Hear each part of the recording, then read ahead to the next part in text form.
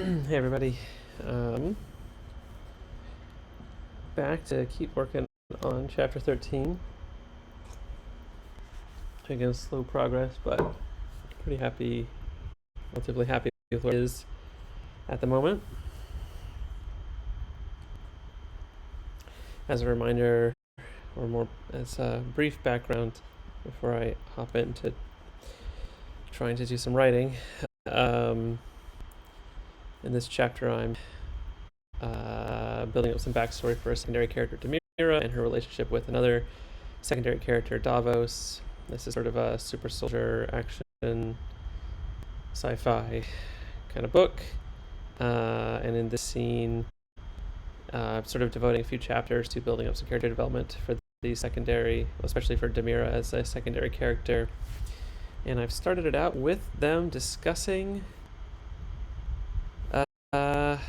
food and family to some extent to give some hint of their background. I think I'm actually just going to start by reading the not too many words I've written so far in this chapter just to get my brain jogged about where I was.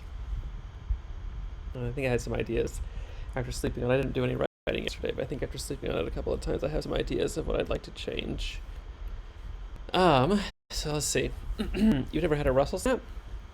Demira looked up from her metal detector. I wasn't detecting anything anyways. What she said to Davos? He was leaning on his own metal detector, taking a swig from a canteen, dwarfed in the grip of a hand large enough to encircle someone's neck without squeezing. The hand was connected to an equally oversized mechanical arm bulging with pistons and steel wire sinew. Davos had opted to go shirtless in the desert heat, and Demira had observed with interest, out of the corner of her eye, the way that the mechanized arm fused with the flesh of his shoulder. It didn't look like a particularly professional splice. A Russell snap? You've never heard of them? I'll make you some when we get back, Davos said. What goes in them? Whatever you can rustle up in a snap. My dad used to make them out of leftover pumpkin buckwheat grits. They're kind of like a cross between a cookie and a cracker, depending if you'd run out of sugar or not. Hey, they're probably a regional thing, or maybe they've got a different name this side of the Atlantic. One of those ors. I don't think he would have like a stuttering sort of voice. He's a confident person. Well, what about you? Me? Yeah, did your dad or mom have a special treat they'd make you growing up? I was thinking about changing Dad for Davos to Pop. I'm gonna do that. Like, the guy calls his dad Pop is more endearing, I think. And what I'm trying to establish here is that this person who Demira, prior to this chapter, is basically an enemy of the state, is actually, he is, but he's actually more endearing and charming than you'd expect from his stature and position. So I think I'll use Pop. My pop used to make them out of leftover pumpkin buckwheat grits. Pumpkin buckwheat. Let's put this together. When I say it, it kind of rolls out. Pumpkin buckwheat. All together. Grits. They're kind of like a cross between a cookie and a cracker, depending if you'd run out of sugar or not. You'd? Let's say we'd. If we'd run out of sugar or not. That way it makes it a little bit more personal to his family and the state of their family, not just more general. Hey, but they're probably a regional thing. Or maybe they've got their name across this side of the Atlantic. This side of the Atlantic. Well, what about you? I think there's a little bit of a pause there. String this speech together a little bit more casually. Me? Yeah, did your dad or mom... Did your pop or mom... Pop? Can't say dad here, because I already said pop. Did your pop or... Mom? I want to say pop or mum, but he's not British. I'll stay with mom. Have a special treat they'd make you growing up? Oh, I guess my mom would make me cupcakes for my birthday, Demira said. A lie. Her mom always ordered store-bought cupcakes for her birthday, even the one year that Demira had said she wanted to make her own cupcakes, guava flavored. They'd ended up in the trash while her mom served. Okay. Okay. They ended up in the trash while her mom served store-bought ones with a more professional icing job and more traditional flavors. Now, this is to imply that her mom's kind of controlling, or requires a certain standard of quality and presentation, because from a pretty well-to-do family, and that's a personality trait of her mom that Demira doesn't like. So the idea here is that her mom would have trashed the cupcakes that she made in order to serve fancier ones. But I think you could possibly misconstrue this as that Demira had messed them up, and so different ones had to be served. That's not what I want to get across. I want to make that ambiguous. So what I think I'm going to do is not say they'd end up in the trash.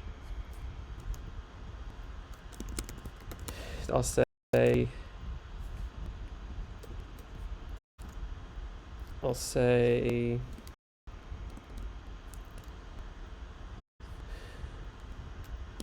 Demira had found them in the trash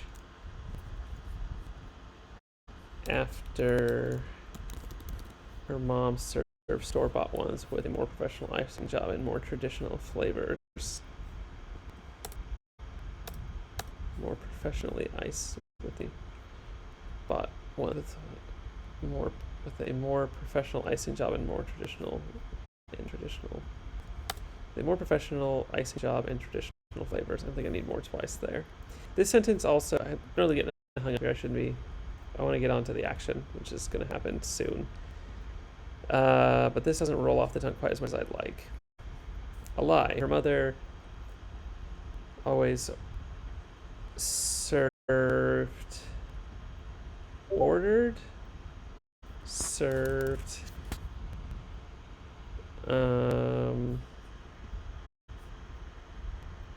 what do I want to say here?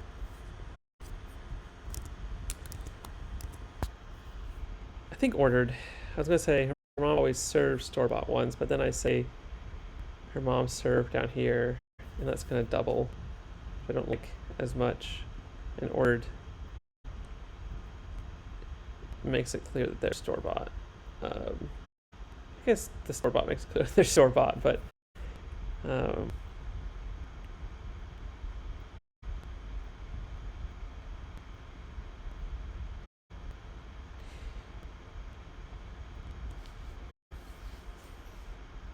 getting hung up on ordered store-bought. Is that redundant to say ordered store-bought?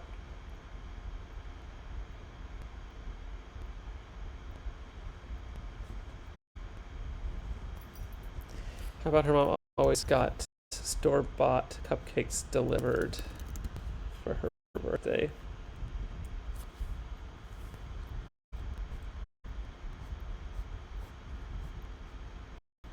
I like that better.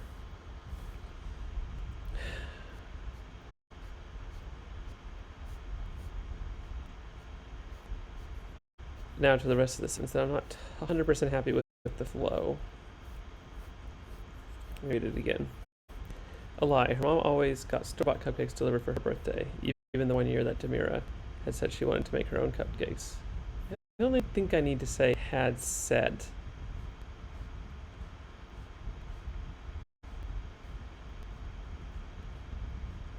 I mean, had said implies that she told her mom that's what she wanted, and so the fact that her mom ignored that makes it slightly more powerful, but I also think it's maybe not worth the additional length and complication of the sentence.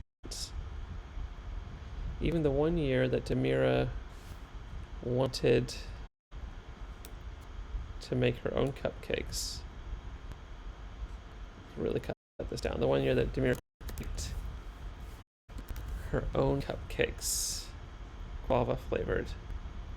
Yeah, that's much smoother and shorter and better, I think.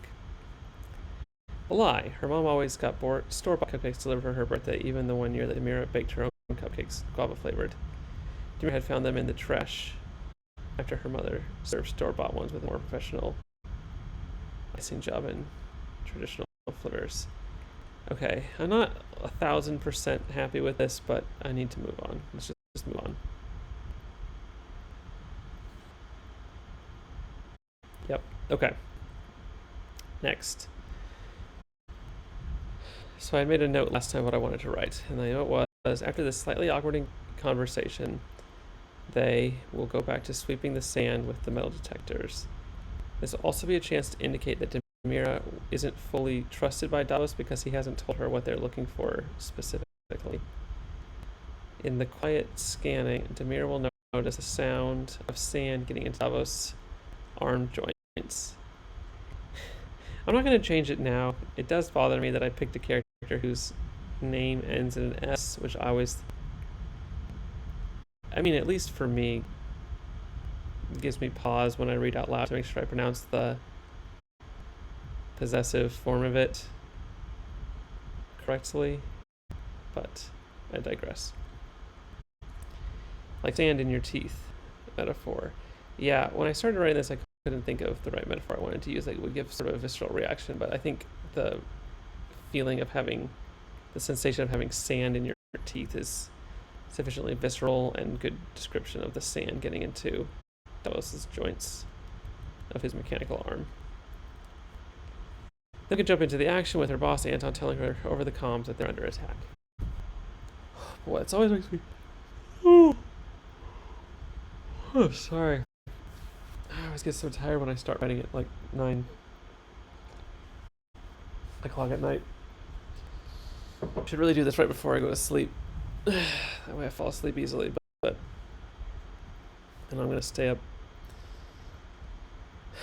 watching something on TV after this. Probably the D&D movie. I started watching it on Paramount Plus. Got a free trial of that to watch that movie again. So I'll probably finish that after I write this tonight. Okay. So where my mind's at right now, I'm trying to think how much time I want to spend on this next bit of non-action.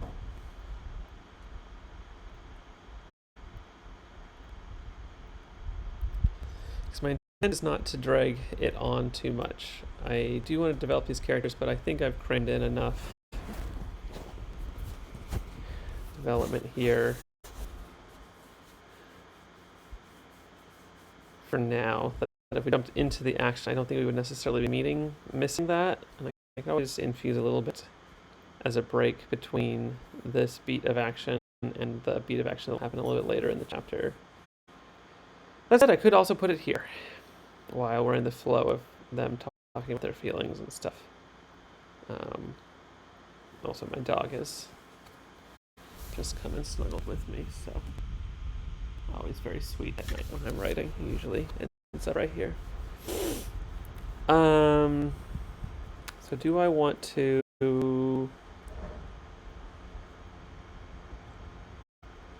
jump right into the action?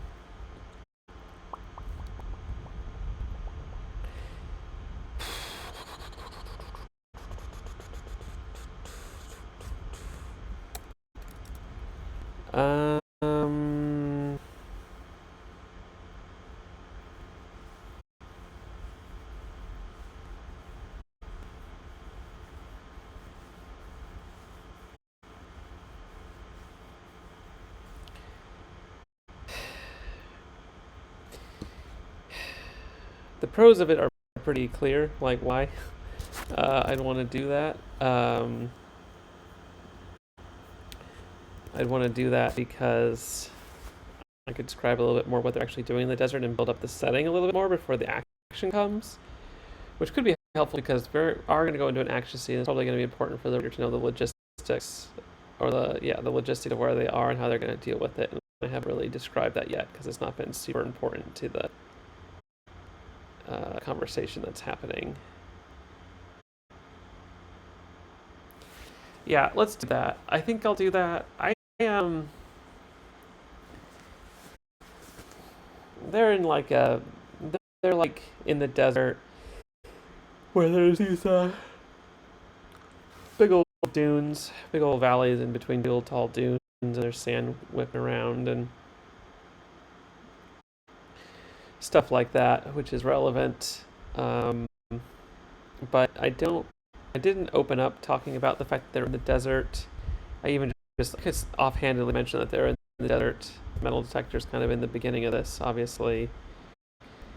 Because I don't like opening a scene with just saying they were in the desert, the dunes were tall, and they were in the shade, and I feel like if I can just bring it up a little bit further into it, so that the reader can get a little bit more invested in the character interaction. At least that's my thought for this chapter, so they get a little bit more invested in the character interaction before I dump some setting into them. But I really should put some more description of the setting in, so that when the action happens, the reader knows where they are and how they should think about that situation. So let's just start writing that. I'm going to rewrite it, I'm sure.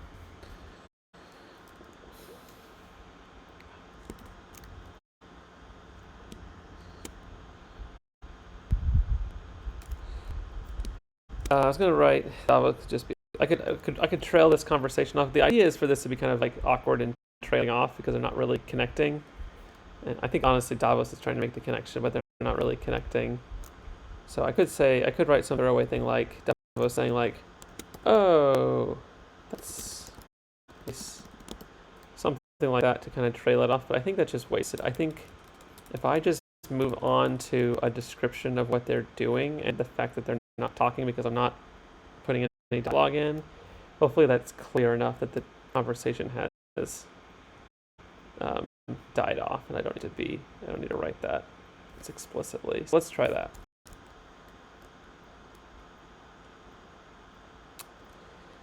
I'm not going to say Demira fell silent or the pair fell silent. It's so cliche, in my opinion. Probably have said it in this book, but so instead I'm going to say Davos picked up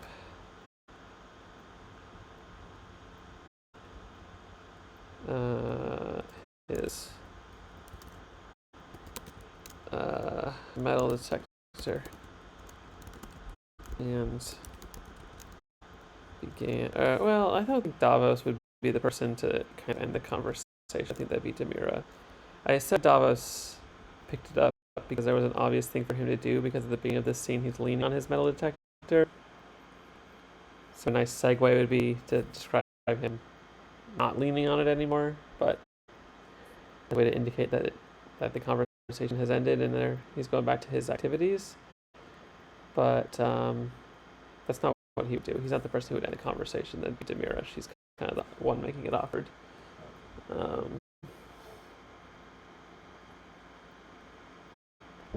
Haven't written any words yet today. That's okay.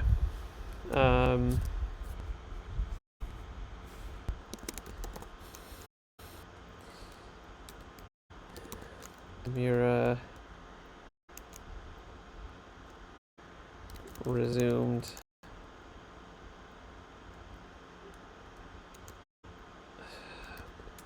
sweeping the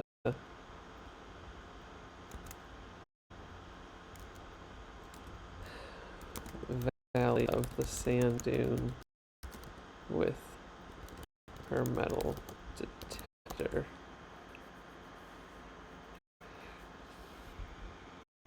I don't love it.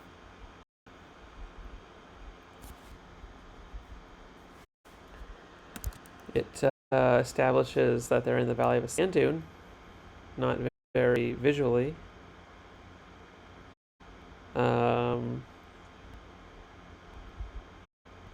Resumed sounds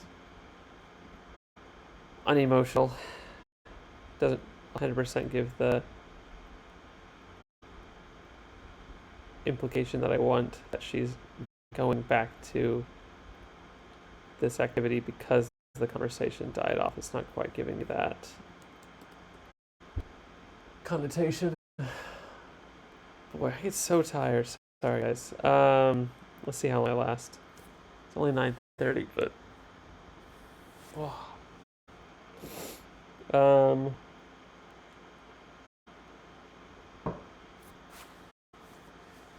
Sorry, I'm just trying to think here.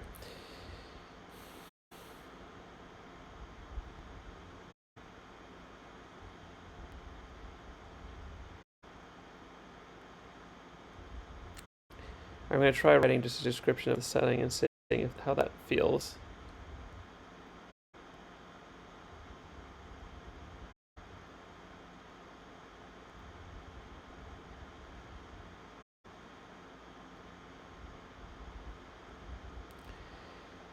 Let's see, I could describe the sun.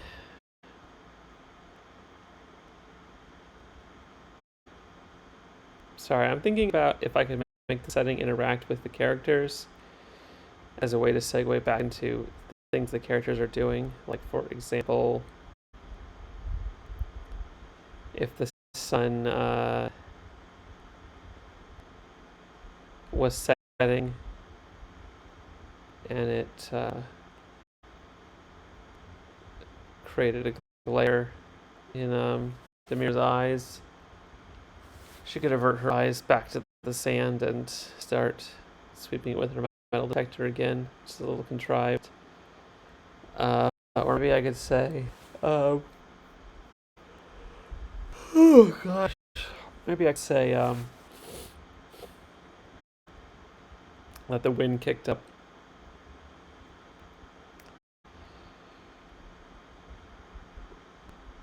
Maybe I could say that the wind kicked up some sand, and Demir had to look away to keep it from getting in her eyes. And maybe that could be a way.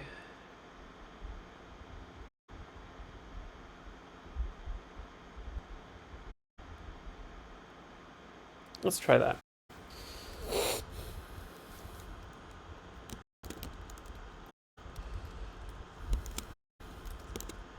A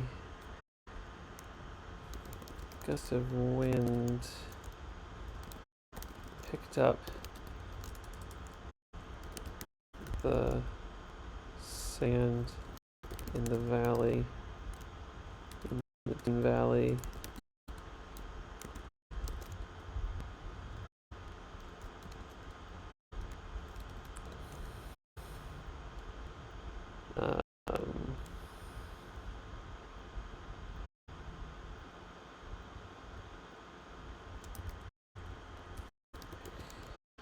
Pelting across Mira's face.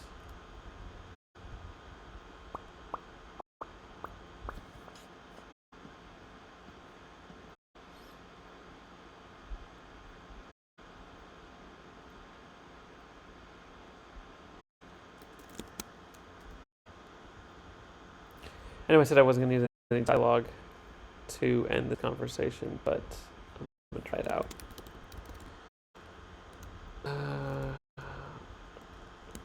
Guess we gotta get back to it.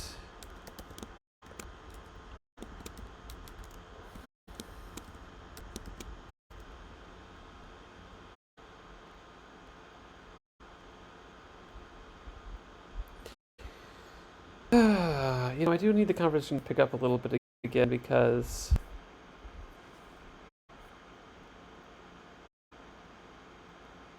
I was planning on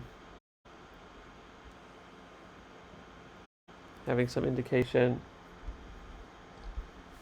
that Demir didn't know what they were looking for. Which I guess I could do with internal monologue, but I could just have her ask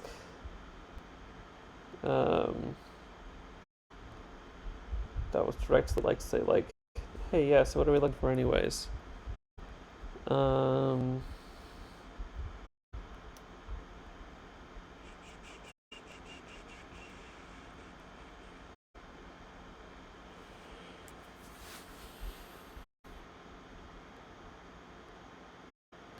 Maybe I should just go into the action.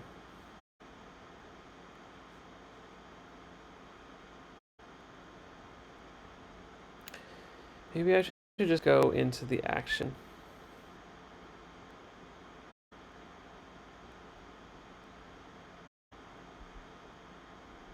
No, I'm gonna try and write this. I don't really like it, but that's okay. Guess we better get back to it. Demetrius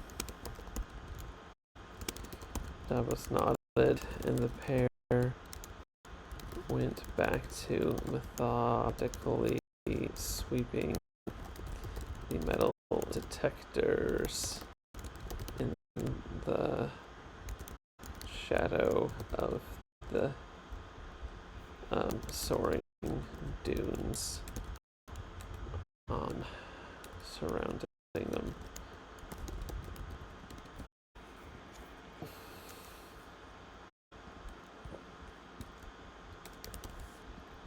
Yeah, let's just go for it. Sure. Okay, this is fine. Guess we better get back to it, Demir said. Dallas nodded. The pair went back to methodically sweeping their metal detectors across the sand in the shadow of the soaring dunes surrounding them.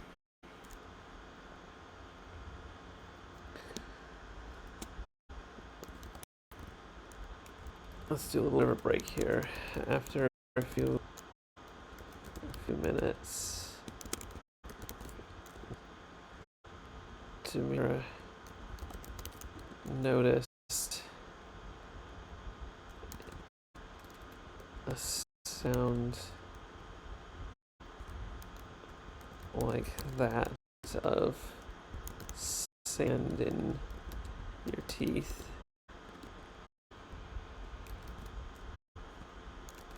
Of sand grit in your teeth. I don't quite like that. Let's work on the phrasing of this. Noticed a sound.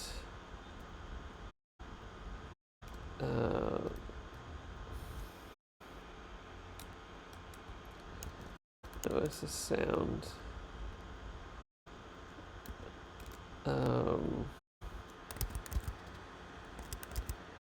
Notice a sound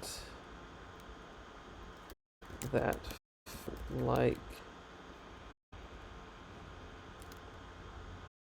having sand grit in one's teeth. I'm totally happy with this. So it's full of errors.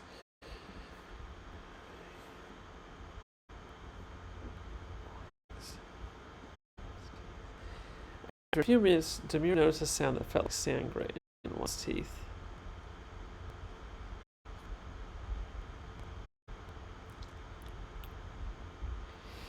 So here's the thing. The metaphor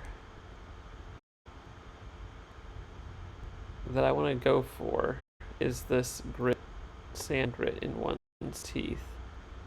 But it's not going to be a physical that's a physical sensation. Maybe there's some audio component to it, but it's a physical sensation. And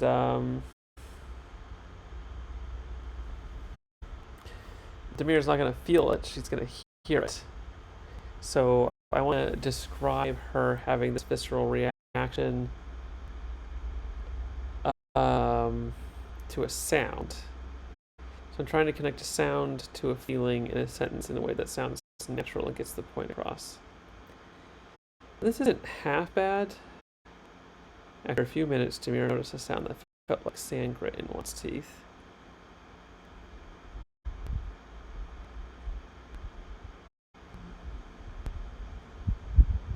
It's short and sweet, and it rolls off the tongue okay.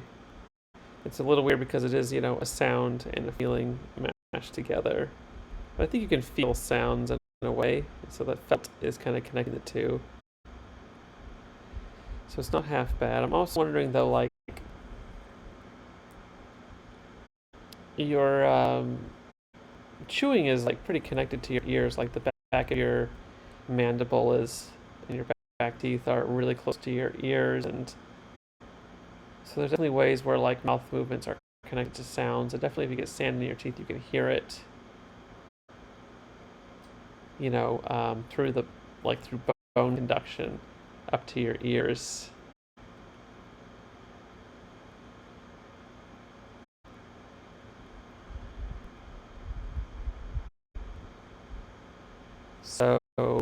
think it wouldn't be crazy like sound like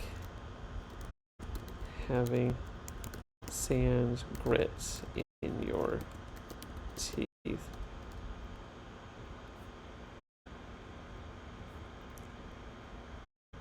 But I don't want to say Demiris noticed a sound that sounded like that's stupid.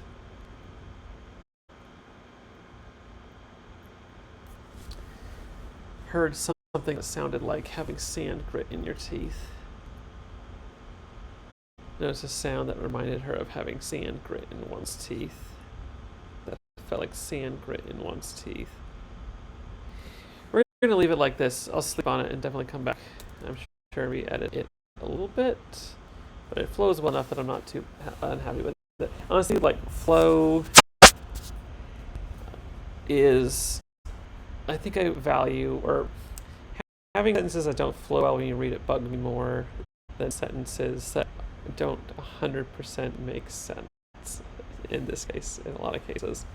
So I'm going to leave it like that. Okay. After 2 minutes, he was coming from Davos' arm, mechanical arm.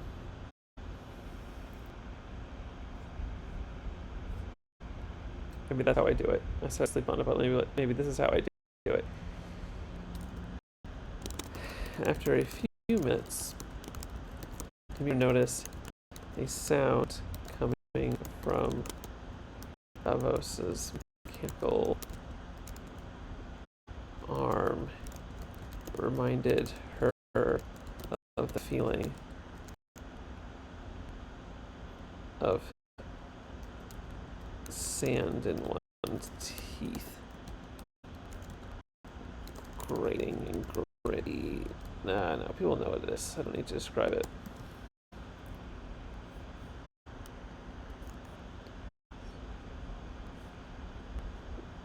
Of getting sand in one's inner teeth.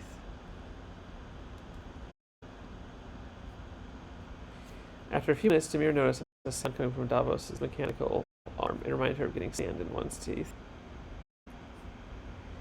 Now, I'm thinking about if I want to say one's or her. After a few minutes, Demir noticed a sound coming out of Davos' mechanical arm. It reminded her of getting sand in her teeth. I'm going to say her is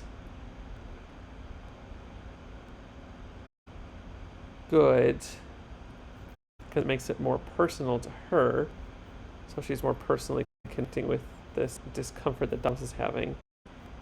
However, and it sounds less formal than once.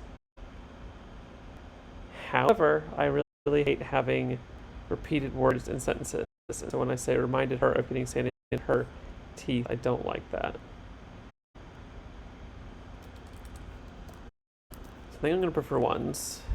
After a few minutes, you notice a sound coming from Davos' mechanical arm. Reminded her of getting sand in one's teeth. Sand grit in one's teeth.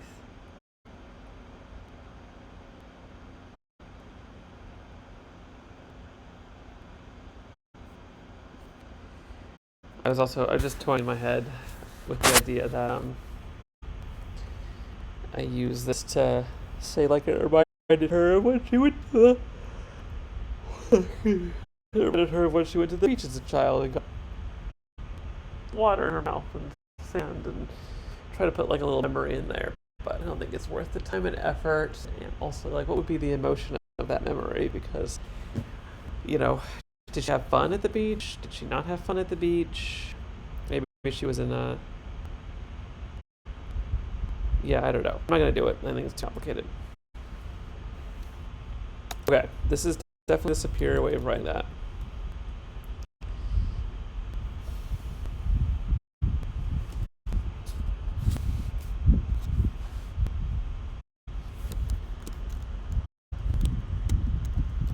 Now she's going to display some...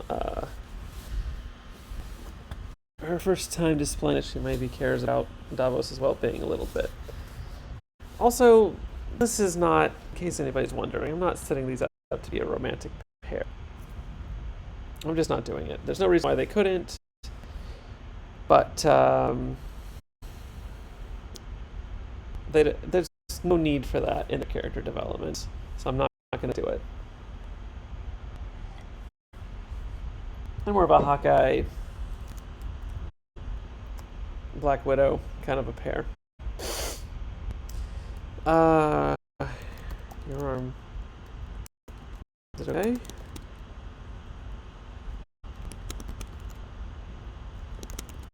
Demir said. The self-editing for fiction writers book that I read suggested not to use words other than said. They said said is almost 100% of the time the correct thing to use, and not to worry about it seeming repetitious. Which is not how I wrote most of this book. But I've gone through a few chapters. Well, I mean, yeah, quite a few chapters. I'm on chapter 13 editing-wise, so in the 12 chapters I've edited so far, I've generally stuck to that and just using said instead of other. I don't know grammar, whatever that kind of word is. And I'll admit it does seem to work pretty well and keeps things a little bit cleaner. So I'm going to stick with it a bit for now and see how it, like in terms of editing it for this first pass, and see. One of the reasons they brought up why you should say like said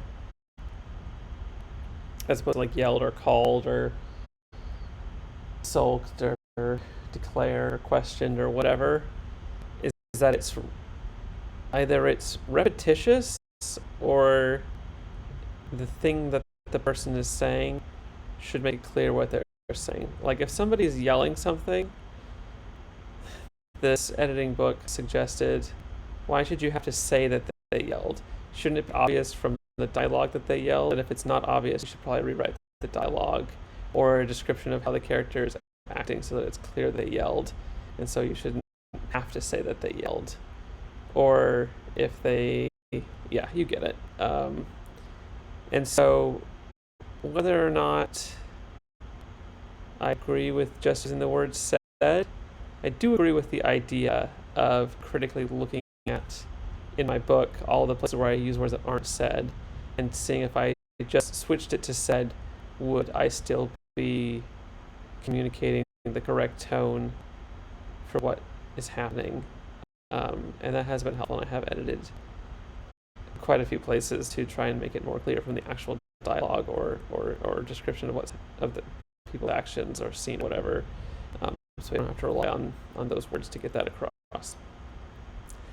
But I don't think it's particularly harmful if you say like asked or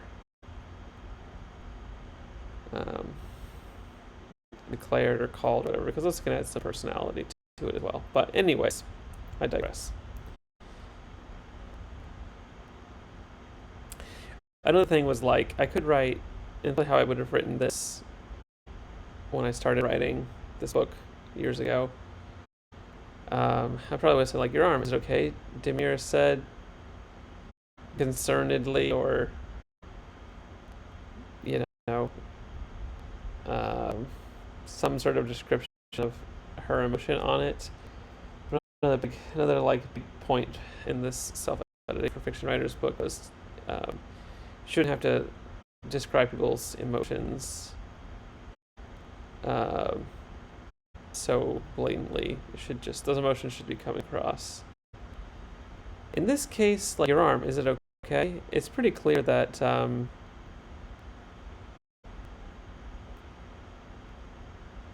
Demir's interested in checking to see if Davos is okay. I know that's super obvious, but I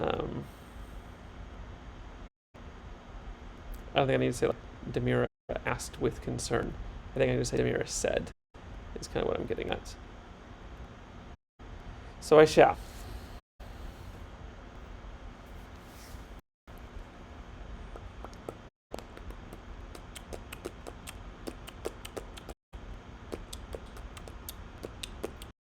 Now, how would Davos react to this? I know that I was going to um,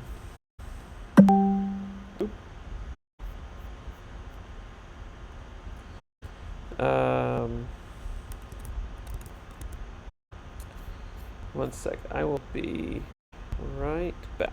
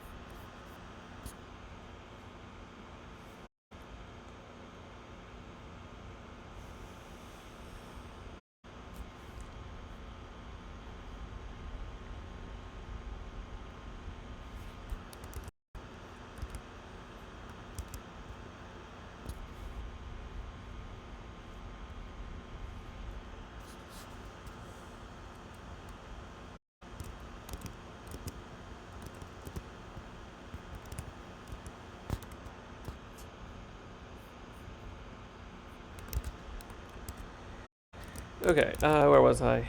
How would Davos react to this show of concern from Demira?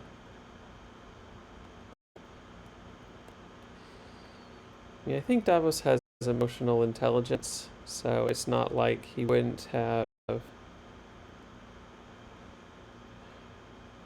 not noticed that generally the relationship has been they haven't been super buddy up to this point.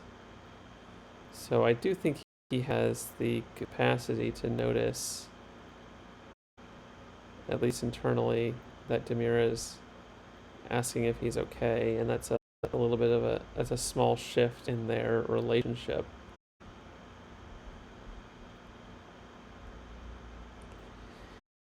Whether or not that would show in his reaction, or if I care to show that in his reaction overtly or substantive overtly. It's not invertly. Whatever the opposite of overtly is, I'm not sure.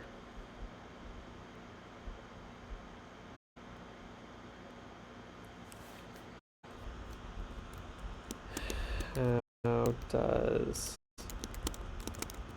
Davos react to this question?